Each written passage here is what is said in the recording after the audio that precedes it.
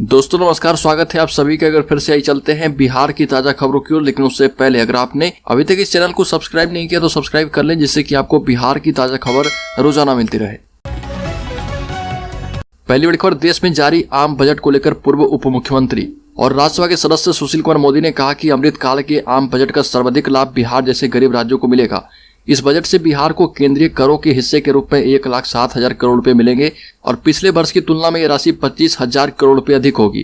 सुशील मोदी ने कहा कि जिस प्रधानमंत्री आवास योजना के तहत गरीबों के सबसे ज्यादा आवास बिहार में बनते हैं, उसमें 66% की भारी वृद्धि कर इसमें 79,000 करोड़ रुपए का प्रावधान किया गया है। यानी कि अब पीएम आवास ज्यादा से ज्यादा लोगों को मिल पाएगा। हल्का डिप्टी सीएम तेजस्वी यादव ने मंत्री आलोक मेहता को धमकी देने वालों को कड़ा जवाब दिया और कहा कि किसी की मजाल नहीं जो आलोक मेहता को छू भी सके। 10% से जुड़े बयान के बाद मंत्री आलोक मेहता को जान से मारने की धमकी मिली है। पटना के बापू सभागार में आयोजित जगदेव प्रसाद की जन्म शताब्दी में तेजस्वी यादव शामिल हुए और कार्यक्रम का उद्घाटन करने के बाद तेजस्वी यादव ने भाजपा और आरएसएस पर भी खूब हमला किया। इस दौरान मंत्री आलोक मेहता ने मंच से फिर से कहा कि 10% वालों के पास दिमाग ज्यादा है और इनसे हमें लड़ना है। हल्का इंटर परीक्षा की पहली पाली में 2 सेंटर से पकड़ाए, शहर में महाजाम की रही स्थिति। बेगूसराय में 3 छात्र चीट करने के आरोप में एक्सपेल कर दिए गए।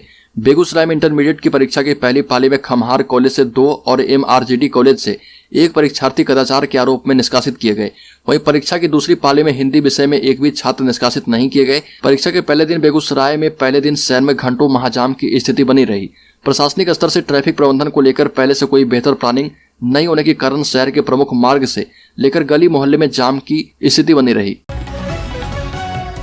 हल्का तेजस्वी यादव ने कहा कि भाजपा धर्म के नाम पर लोगों को लड़ाने में लगी है। आरएसएस ने हिंदू धर्म को जितना बदनाम किया है उतना किसी और ने नहीं किया।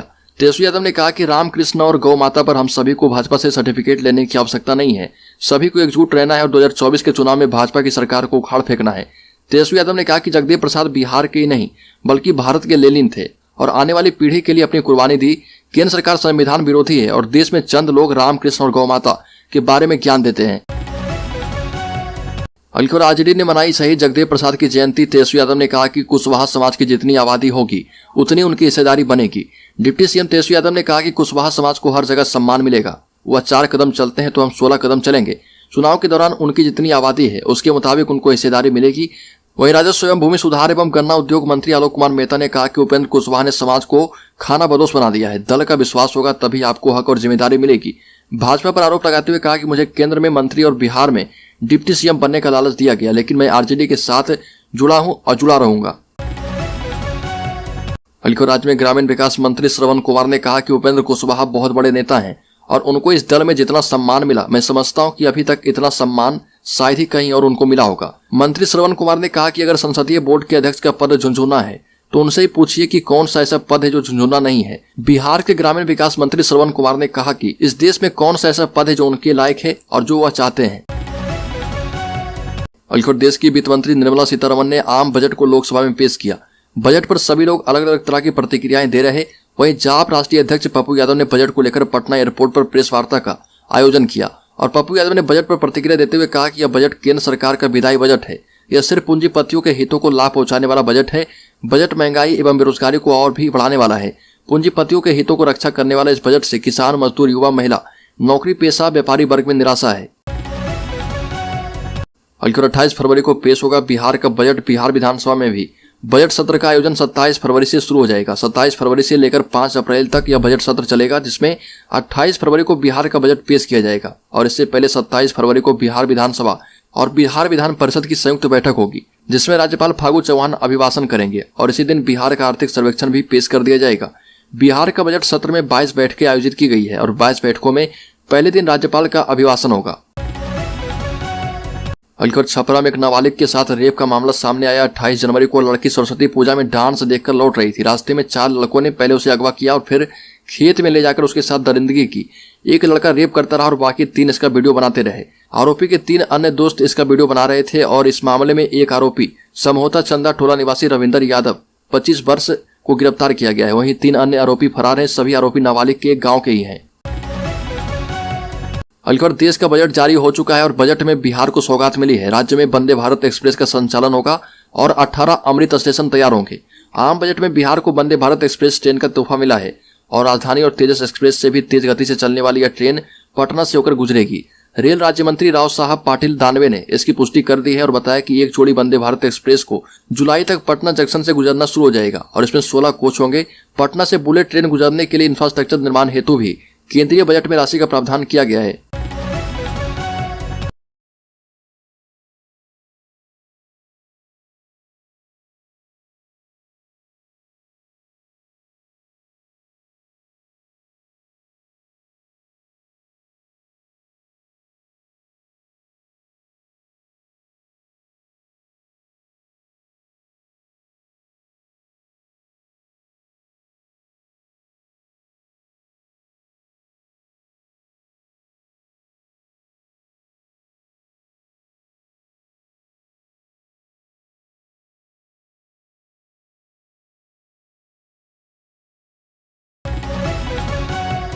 बल्कि बिहार के मुख्यमंत्री नीतीश कुमार ने केंद्र सरकार के द्वारा पेश किए गए बजट को निराशाजनक बताते हुए कहा कि इसमें दूरदृष्टि का अभाव है। नीतीश कुमार ने कहा कि हर वर्ष बजट की प्राथमिकताएं बदल दी जाती है जो ध्यान केंद्रित न किए जाने और नीति के अभाव में पूरी नहीं हो पा रही है।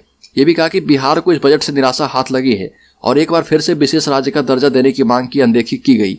ये भी कहा कि समावेशी विकास का सपना बिहार जैसे राज्यों को आगे बढ़ाए बिना संभव नहीं है।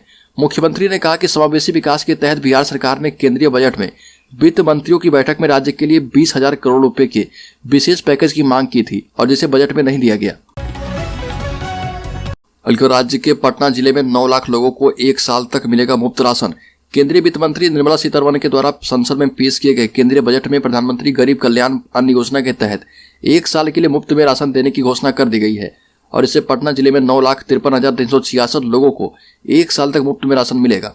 और योजना के तहत प्रत्येक राशन कार्ड में प्रत्येक यूनिट पर 1 किलो गेहूं एवं 4 किलो चावल मुफ्त में मिलेंगे और इसके लिए जिले में 53,650 क्विंटल गेहूं एवं 2,14,261 क्विंटल चावल का आवंटन किया गया है। बल्कि जीतनराम मांझी के बाद आरजेडी के बड़े नेता ने नीतीश कुमार की शराबबंदी पर उठाया सवाल, कहा कि दलितों पर अत्याचार हो रहे।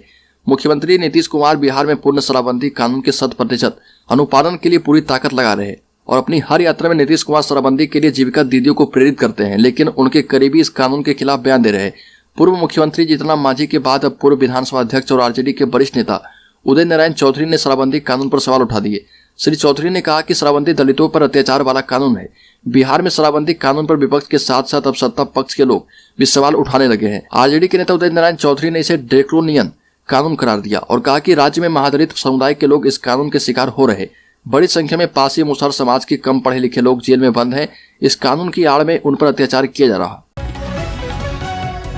बल्कि आरजेडी के विधायक सुधाकर सिंह के सरकारी आवास में चोरी जांच में जुटी पुलिस। पूर्व कृषि मंत्री और आरजेडी के विधायक सुधाकर सिंह के सरकारी आवास में बुधवार की रात चोरी की घटना घटी और ये चोरी उनके पटना स्थित 14/3 एमएलए फ्लैट में हुई। चोरों ने उनके आवास से कई नल, बल्ब, बेटे के जूते चोरी कर ली। चोरी के वक्त आवास में कोई नहीं था और वहां ताला बंद था। फिलहाल क्या कुछ चोरी हुआ है वो पता किया जा रहा। बल्कि बिहार में आंगनबाड़ी सेविकाओं को हर महीने अब मिलेगा 9500 रुपए। केंद्र सरकार के बजट के बाद आया ऐसा फैसला।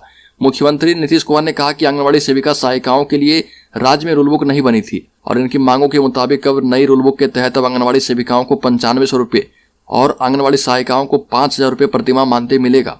नई रूलबुक के तहत अब आंगनबाड़ी सेविकाओं के प्रतिमाह मानदेय राशि में केंद्र सरकार की ओर से क्रमशः 2700 रुपए एवं राज्य सरकार की ओर से क्रमशः 6800 रुपए की साझेदारी रहेगी। इसी प्रकार आंगनबाड़ी सहायिकाओं को केंद्र सरकार की ओर से क्रमशः 1350 रुपए एवं राज्य सरकार की ओर से क्रमशः 3400 रुपए की साझेदारी का प्रावधान किया गया है। बल्कि गोपालगंज में सम्राट चौधरी ने मृतक के परिजनों से की मुलाकात। बोले, मैं अंकित को न्याय दिलाने की लड़ाई लड़ूंगा। गोपालगंज में नगर थाना क्षेत्र के बसडीला गांव में बीते 27 जनवरी को परसरमा गांव निवासी युवक अंकित कुमार की हत्या कर दी गई थी और अंकित के स्वजन से मिलने बिहार विधान परिषद के नेता प्रतिपक्ष सम्राट चौधरी पहुंचे। सम्राट चौधरी ने नीतीश सरकार पर निशाना साधते हुए कहा कि नीतीश कुमार के राज में वही हो रहा जो लालू प्रसाद यादव के राज में हो रहा था।